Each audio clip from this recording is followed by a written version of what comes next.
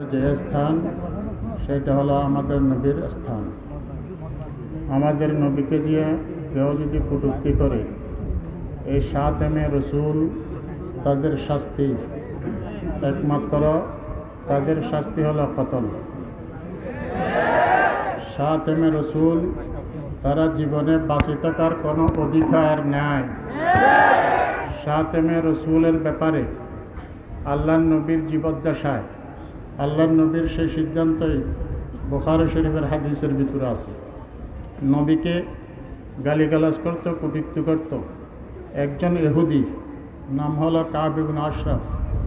আল্লাহর নবী বলল, মানলি কাব ইবনে আশরাফ, কাব ইবনে আশরাফকে টুকরা টুকরা করবা, কতল করবা, তোমাদের ভিতরে আমার সাহাবীর ভিতরে কে আছো? হযরত মুহাম্মদ ইবনে মাসলামা রাদিয়াল্লাহু তাআলা আনহু কাড়া হয়ে গেলেন। মুহাম্মদ ইবনে মাসলামা রাদিয়াল্লাহু তাআলা আনহু রাতের অন্ধকারে যাইয়া তাকে শেষ করে দিলেন। মুহাম্মদ ইবনে মাসলামা রাদিয়াল্লাহু তাআলা আনহু নবীর নির্দেশে যাইয়া তাকে খতম করে দিলেন। আল্লাহর নবী হায়াতুন নবী, মদিনা শরীফের কবর মুবারকের ভিতরে বা হায়াত জীবিত। এখন যে এই যুগের ভিতরে যারা নবীর সাথে বেয়াদবি করতেছে, আমাদেরকে নবী ডাক দিয়ে বলতেছে, এই যুগের বেয়াদব যারা আছে, শাতেমে রসুল যারা আছে, তাদেরকে খতম করার আমার নবীর উম্মতের ভিতরে কারা কারা আছো? আমাদেরকে ডাকিয়ে বলতেছে, ভারত ধর্ম নিরপেক্ষ রাষ্ট্র দাবি করে। আমরা ভারতের সরকারের কাছে ধর্ম নিরপেক্ষতার পরিচয়টা তাদের থেকে দেখতে চাই। যদি তারা কারো ধর্মের উপর আঘাত করে, তাদের উপর যদি শাস্তি না করে, কোরআনের যে আইন, আল্লাহর নবীর যে আইন, সেই আইন মুসলমান হাতে তুলিয়ে ভারতের সহ পুরো পৃথিবীর নবীর শাতেম গোস্তাক বেয়াদব যারা আছে তাদেরকে খতম করে দিবে। নবীর উম্মত নবীর উপর কেহ বেয়াদবি করবে, কটূক্তি করবে, সহ্য করবে, সেটা কখনো হতে পারে না। নবীর জন্য জান দিব, নবীর জন্য মান দিব, নবীর জন্য সবকিছু কোরবান করার জন্য আল্লাহ তাআলা আমাদেরকে তৌফিক দান করুক।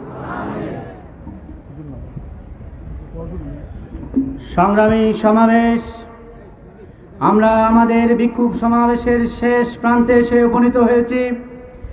এই পর্যায়ে আমাদের সামনে দিক নির্দেশনামূলক বক্তব্য রাখবেন বৃহত্তর ফটিকছড়ি ইসলামী আইন বাস্তবায়ন কমিটির সম্মানিত প্রধান উপদেষ্টা, চট্টলার ঐতিহ্যবাহী দ্বীনি শিক্ষা প্রতিষ্ঠান জামিয়া উবাইদিয়ার সম্মানিত মহাপরিচালক পীরে কামেল, এদেশের আধ্যাত্মিক মুরব্বী হযরতুল আল্লাম শাহ সালাউদ্দিন নানুপুরি হাফিজাহুল্লাহ, হযরতুল আল্লাম শাহ সালাউদ্দিন নানুপুরি হাফিজাহুল্লাহ।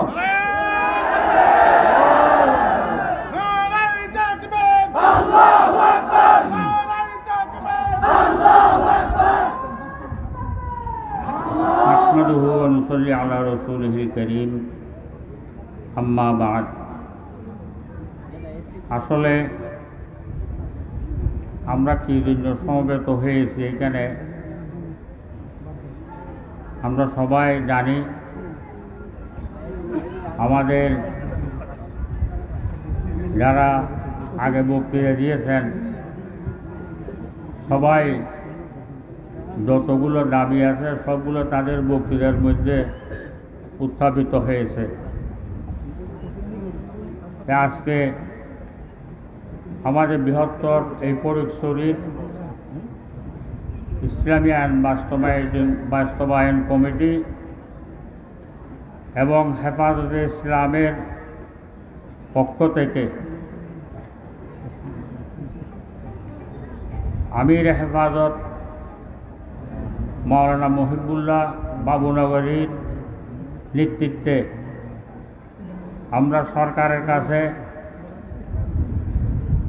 জোর দাবি জানাচ্ছি, ভারতের এই কুলাঙ্কারের যেন শাস্তি হয়, ওইভাবে জোর কূটনীতিক চাপ প্রয়োগ করে তাকে শাস্তির আওতায় আনার জন্য।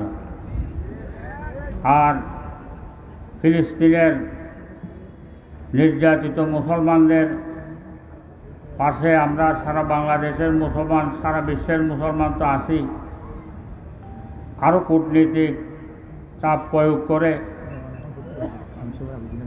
ইহুদির এই নির্যাতন বন্ধ করার জন্য, জোর প্রচেষ্টা করার জন্য আমরা জোর অনুরোধ জানাচ্ছি। ওয়া আখিরু দাওয়ানা আলহামদুলিল্লাহি রাব্বিল আলামিন।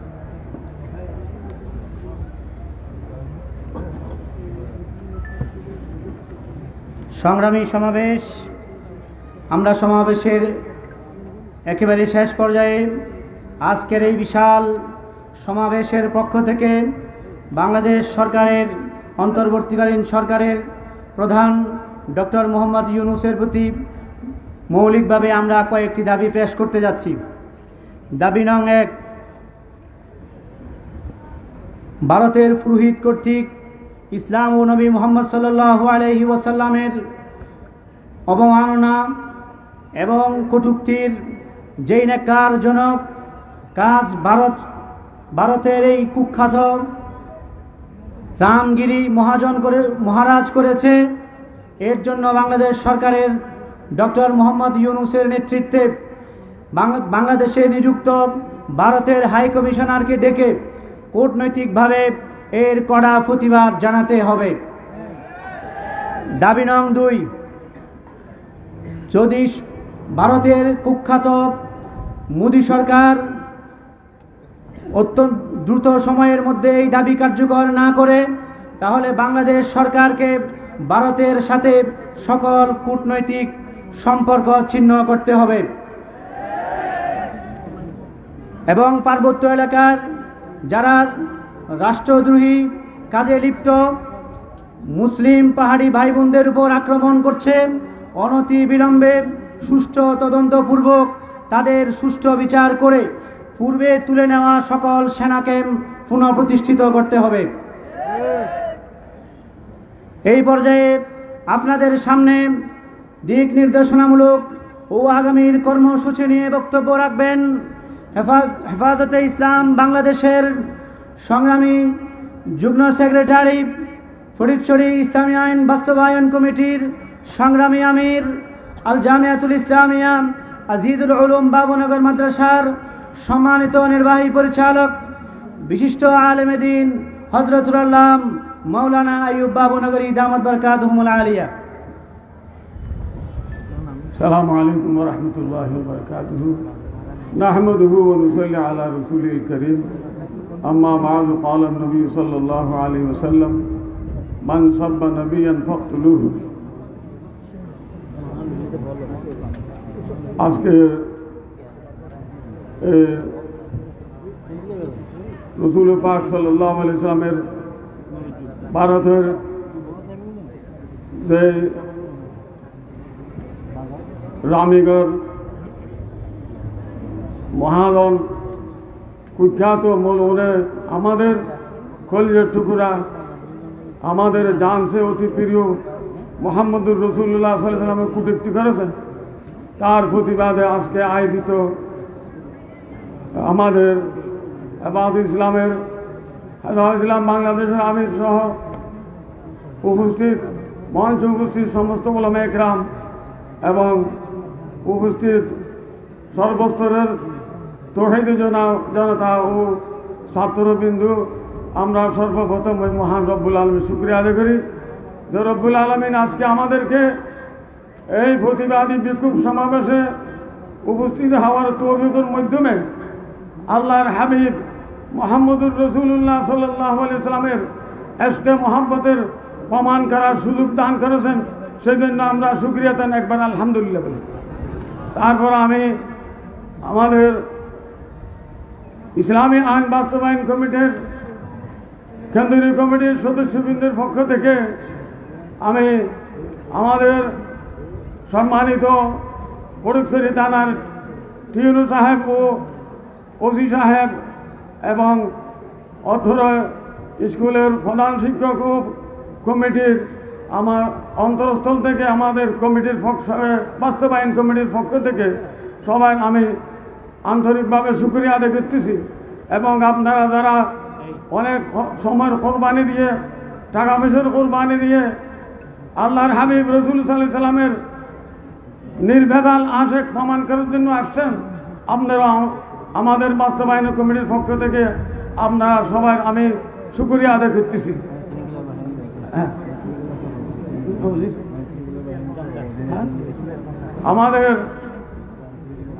আমি আরো আমাদের এই প্রতিবাদ বিক্ষোভ সমাবেশে উপস্থিত আমাদের সাংবাদিক ভাইদের আমরা আমাদের সংগঠনের পক্ষ থেকে আমার নিজের অন্তরস্থল থেকে আপনাদেরও শুকরিয়া আদায় করতেছি।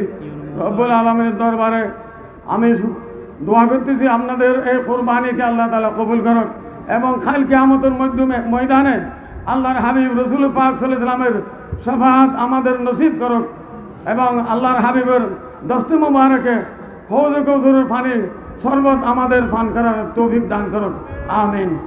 আপনারা আমাদের এখন সময় একদম শেষ হয়ে গেছে, লম্বা চূড়া বক্তব্য দেওয়ার সময় নাই। আপনারা জানেন আমাদের এই প্রতিবেশী দেশ ভারত, আমাদের বন্ধু রাষ্ট্র হিসেবে অনেকে বলি থাকে, যারা এই ভারতের ইতিহাস আল্লাহর হাবিবের যত দুশ্মন বাংলাদেশে হয়েছে, তসলিমা নাসরিন সহ সমস্ত আল্লাহর দুশ্মনদেরকে আশ্রয় দিয়ে থাকে এই ভারত। যারা আল্লাহর হাবিব রাসূল সাল্লাল্লাহু আলাইহি ওয়াসাল্লামের কটূক্তিকারীদেরকে আশ্রয় দেয়, জায়গা দেয়, তারা কি আমাদের বন্ধু হতে পারে? আমাদের চরম শত্রু এই মোদি। বিশ্বের সবচেয়ে ইসলাম বিদ্বেষী ব্যক্তি হলো মোদি। এই মোদি আমাদের আল্লাহর দুশমন, রসুলের দুশমন, সারা পৃথিবীর মুসলমানদের সবচেয়ে বড় শত্রু হলো মোদি। এই মোদি ভারতে আগেও আল্লাহ রসুলদের দুশমনদেরকে আশ্রয় দিয়েছে, এখনো আশ্রয় দিয়ে যাচ্ছে। এই রামিগড় মহাজনকে যদি অতি বিলম্বে অতি সহসাৎ গ্রেফতার করে শাস্তির কাস্তে ঝুলানো না হয়, তাহলে আমরা তার জন্য কঠোর কর্মসূচি গ্রহণ করবো ইনশাআল্লাহ। আমরা প্রয়োজনে লং মার্চ করবো ভারতের অভিমুখে এবং ভারতীয় দূতাবাসকে হেফাজত ইসলামের আল্লামা শাহ মুহিবুল্লাহর নেতৃত্বে ভারতের দূতাবাসকে গেরুয়া করে আমরা উড়িয়ে দিব, ফুরিয়ে দিব ইনশাআল্লাহ। এই ভারতে মোদি সাবধান, তুমি আমাদের সাথে অনেক ব্যভিচার করেছ। আমাদের বাংলাদেশের খুনি শাসক হাসিনা সরকারকে তুমি আশ্রয় দিয়ে বাংলাদেশের হাজার কোটি কোটি মুসলমানদের সিনের তীর লাগাইছো, গুলি নিক্ষেপ করেছ। তুমি সাবধান হয়ে যাও। তাদেরকে যারা আমাদের এখানে দুষ্কৃতির কাকে আশ্রয় দিয়েছ, তাদের আমাদের বাংলাদেশে ফেরত দাও, তাদের বিচার করতে হবে। আর অতি বিলম্বে আপনি এই কুটুক্তিকারীকে গ্রেফতার করে তাদের দৃষ্টান্তমূলক শাস্তির ব্যবস্থা করুন। নইলে আপনার অবস্থা আমাদের বাংলাদেশের শেখ হাসিনার যে অবস্থা হয়েছে তার যে তোমার অবস্থা আরো অনেক ভয়াবহ হবে ইনশাআল্লাহ। আপনারা আল্লামা শাহ মুহিবুল্লাহ সাহেবের নেতৃত্বে, শেখ সালাউদ্দিন সাহেবের নেতৃত্বে এই রসুলের দুশ্মনদের বদলা নেওয়ার জন্য, প্রতিশোধ নেওয়ার জন্য, বিচার করার জন্য, জান মাল সবকিছু কোরবান করার জন্য কারা কারা প্রস্তুত আছেন হাত তোলেন। আল্লাহ তাআলা কবুল করুন, আমিন। আমরা সবাই খেয়াল করি, সভাপতি আজকের এই প্রধান অতিথির মুনাজাতের পরে আদর্শ মাঠ থেকে একটি বিশাল মিছিল হয়ে আমরা জঙ্কার মোড় পর্যন্ত যাব। আমরা সবাই সুশৃঙ্খলভাবে অপেক্ষা করি। এই মুহূর্তে আমাদের সামনে সমাপনী বক্তব্য নসিহত পেশ করবেন হেফাজতে ইসলাম বাংলাদেশের সংগ্রামী আমির, ইসলামী আইন বাস্তবায়ন কমিটির সম্মানিত পৃষ্ঠপোষক, এদেশের আধ্যাত্মিক মুরব্বী হযরত আল্লাহ শাহ মুহিবুল্লাহ